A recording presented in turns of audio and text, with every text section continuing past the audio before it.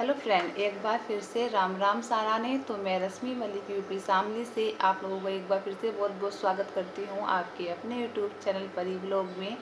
अगर आप चैनल पर न्यू आते हैं तो प्लीज़ चैनल को सब्सक्राइब कर सकते हैं, वीडियो को लाइक कर सकते हैं। अगर वीडियो आपको थोड़ी सी भी अच्छी लगे तो आप वीडियो को शेयर कर सकते हैं। तो फ्रेंड्स, आज की वीडियो मुझे लगता नहीं कि मुझे बताने की ज़रूरत है, क्योंकि आप सबको मालूम चली गया हो थंबनेल से ही कि वीडियो किसके लिए है। हाँ जी, तो ये वीडियो ज्योति और परवीन को लेकर ही है। ज्योति और परवीन का मैटर पिछले 5 महीने से कंटिन्यू चलता आ रहा है। जब ज्योति ने बच्चों को छोड़ के गई थी उस टाइम पर उसका बेटा स्कूल 1 से 1.5 महीने का था और आज उसका बेटा 6 महीने का हो चुका है। उसकी बेटी उस टाइम पे 2.5 साल की थी, आज उसकी बेटी स्कूल जाना शुरू हो गई है। लेकिन कभी उसने जानने की कोशिश नहीं करी कि उसकी बेटी स्कूल जा रही है, नहीं जा रही है, उसकी जो बेटा है वो कैसा है, तबीयत कैसी है, कभी उसने इस बारे में कुछ भी जानने की कोशिश नहीं की है। तो जबकि कंटिन्यू परवीन भाई जो है वो मीडिया में रहे हैं, हमेशा मीडिया में रहे हैं। जो भी बात हुई है अच्छी बुरी जैसी भी उसने मीडिया पर बताई है। बहुत से लोग बोल रहे थे कि आपने परवीन का साथ छोड़कर ज्योति का साथ देने लग गए हो, पहले ज्योति का छोड़ के परवीन का साथ दे रहे थे। तो ऐसा कुछ नहीं है, ना तो मैंने जब परवीन का साथ दिया था और ना मैंने आज परवीन का साथ दिया है, और ना मैंने उस टाइम पर ज्योति का साथ दिया था और ना मैंने आज ज्योति का साथ दिया है। ठीक है, मैं हमेशा सच के साथ खड़ी थी। जहाँ मुझे लगता है कि परवीन भाई गलत हैं, हाँ मैंने परवीन भाई को सपोर्ट किया। वो इसलिए किया क्योंकि मुझे कहीं ना कहीं लगता था कि वो अपना घर बसाना चाहते हैं, वो ज्योति की तरह अपना घर उजाड़ना नहीं चाहते हैं। उनसे गलती हो जाती है, हर एक आदमी से गलती हो जाती है, लेकिन अगर आदमी से गलती हो गई और अपनी गलती मानने के लिए तैयार है, सबके आगे हाथ जोड़ने के लिए तैयार है, सबसे नाक रगड़ने तक के लिए तैयार है, तो शायद अपना घर बसाने का एक मौका और हस्बैंड को देना चाहिए। लेकिन शायद ज्योति ने वो मौका नहीं दिया।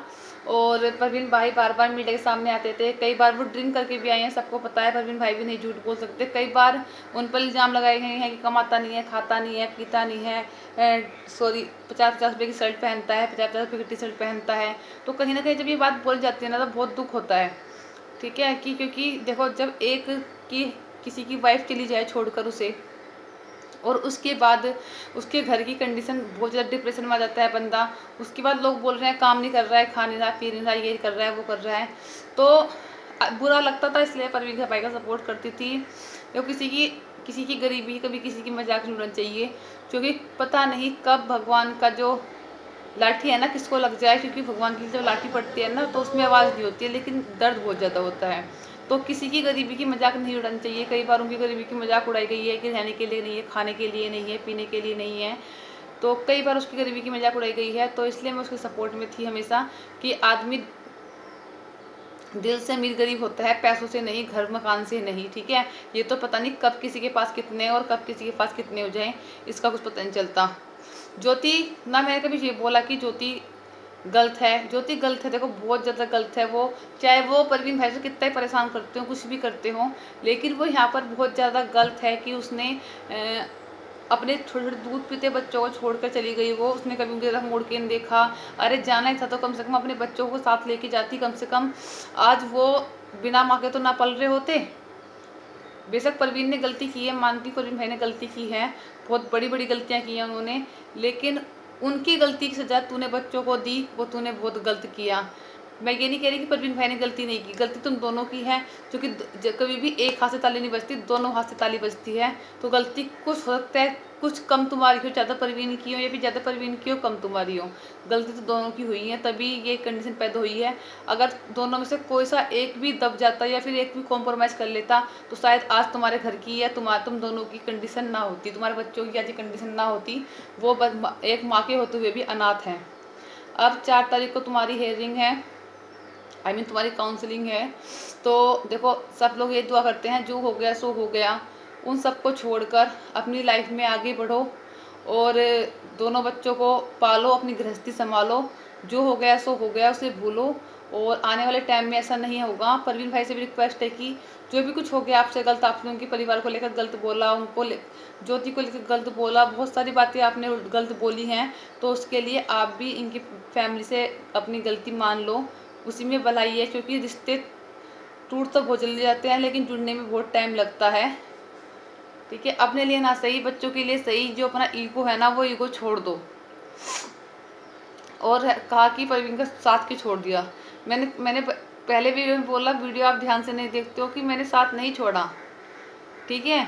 लेकिन अगर परवीन भाई कहीं गलत है तो उनको मैं गलत बताऊंगी, ज़रूर बताऊंगी, क्योंकि मैं ऐसा नहीं है कि एक के साथ पक्षपात में हूँ किसी के, नहीं। जहाँ वो गलत हैं तो गलत हैं। जब मैंने उनको इस वाली बात पे गलत बोला था कि जब ज्योति उनको बोली गई थी कि मैं 6 महीने में या 1 साल में आऊँगी, मेरा इंतज़ार करना, तो उन्होंने अगले ही दिन मीडिया पर बुलाकर क्यों ये घमासान मचाया, क्यों उनके घर की बात पूरी मीडिया के सामने लाए, क्यों उनकी जब वाइफ को लिखते थे कि भगोड़ी भाग गई 2 बच्चों को छोड़कर, तो उन्होंने क्यों ऑब्जेक्शन नहीं उठाया। तो मैं इस बात से परवीन भाई को गलत मानती थी, मानती हूँ, मानती रहूँगी, ठीक है। लेकिन अगर इन जहाँ बात आती है इन दोनों के घर बसने की, तो वहाँ मैं इनके सपोर्ट में हूँ। दोनों का घर बस जाए, अच्छी बात है, दोनों एक साथ रहने लगे राजी खुशी, बच्चों को उनकी माँ मिल जाए। और कल की वीडियो में एक हो रहा था कि परवीन का दोस्त, ये इल्ज़ाम बहुत ज़्यादा लगे थे परवीन भाई के ऊपर कि उसे भगा लिया, 14 साल की लड़की थी, उसे भगा लिया, ये कर लिया, वो कर लिया। बहुत सारे होते कि ये तो 32 बुढ़ा था, 25-30 साल का, और वो बेचारी जरा सी लड़की थी, उसको भगा लिया। तो मैंने पहले ही बोला इस बात को कि जिस टाइम पे ज्योति की शादी हुई थी, वो छोटी सी बच्ची नहीं थी, वो एक 18 साल की लड़की थी।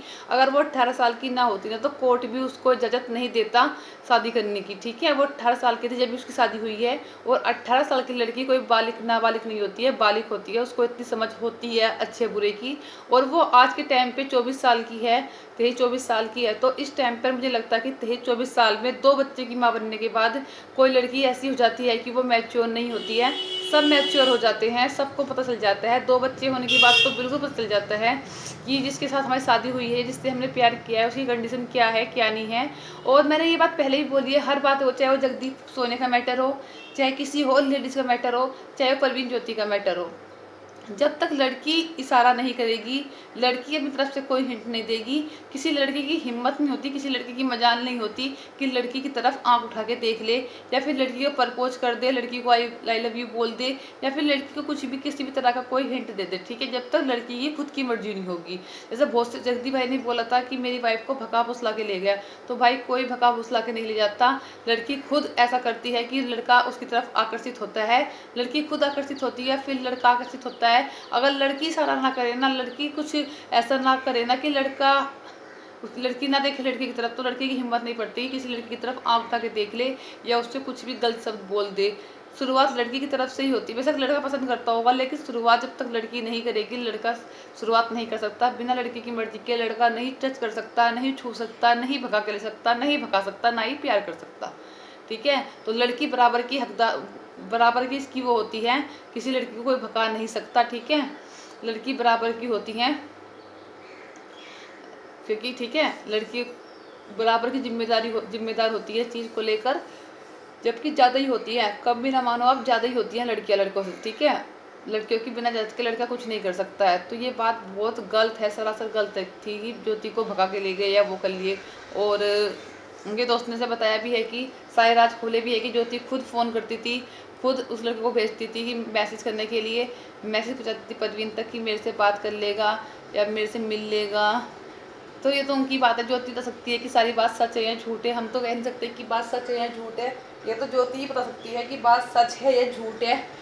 वो ऐसा किसी लड़के को बोलती थी या नहीं बोलती थी, वो लड़का उसका क्लासमेट है या नहीं है, आई मीन क्लास से उसके स्कूल का है या नहीं है, ये तो सब ज्योति बता सकती है। लेकिन हम जहाँ तक मानते हैं, ये बात मानते हैं कि प्यार दोनों में था, दोनों तरफ से था, तभी ये शादी पॉसिबल हो पाई है, अदरवाइज वो शादी पॉसिबल ना हो पाती है। अदरवाइज ज्योति ने बोला भी था कि बच्चे ज़बरदस्ती पैदा कराए हैं, तो बच्चे भी ज़बरदस्ती पैदा नहीं होते, ठीक है। ज़बरदस्ती भी लड़की की मर्जी के बिना पैदा नहीं हो सकते, जब तक लड़की की मर्जी नहीं होगी, जब तक बच्चे पैदा नहीं हो सकते, ठीक है। ये इस बात को दिमाग से निकाल दो कि मैं ज्योति के सपोर्ट में हूँ या परवीन के सपोर्ट में हूँ। ना मैं ज्योति के सपोर्ट में हूँ, ना मैं परवीन के सपोर्ट में हूँ। अगर मैं किसी के सपोर्ट में हूँ तो वह मैं 2 बच्चों के सपोर्ट में हूँ, जो ज्योति और परवीन के बच्चे हैं, ठीक है। जहाँ ज्योति गलत होगी तो उसको गलत बोलूँगी, जहाँ परवीन गलत होगा उसको गलत बोलूँगी। दोनों के दोनों गलत हैं, दोनों में से कोई सा भी दूध का धुला नहीं है। इन दोनों के चक्कर में ज़िंदगी बर्बाद हो रही है उन 2 बच्चों की। सिर्फ उन 2 बच्चों को माँ बाप दिलाना चाहते हैं, उससे ज़्यादा कुछ नहीं, कि बच्चों को माँ बाप मिल जाएं, बस दोनों अच्छे खुशी रहे। क्योंकि ना आने वाले टाइम में ऐसा नहीं है कि माँ के बिना काम चल जाएगा, बच्चे के बिना काम चल जाएगा। बच्चों को माँ बाप दोनों की अलग अलग, दोनों की अहमियत होती है माँ बाप बच्चों की ज़िंदगी में, और दोनों की बिना टाइम काटना बहुत मुश्किल होता है। तो मेरी आज तबीयत थोड़ी ख़राब है, मेरी आंखों से पता चल रहा होगा, जुकाम हो रहा है, सर में दर्द है। तो इस वीडियो करते हैं यहीं पर एंड, और मिलते हैं आपके अच्छी जो नई वीडियो के साथ। तब तक के लिए बाय बाय।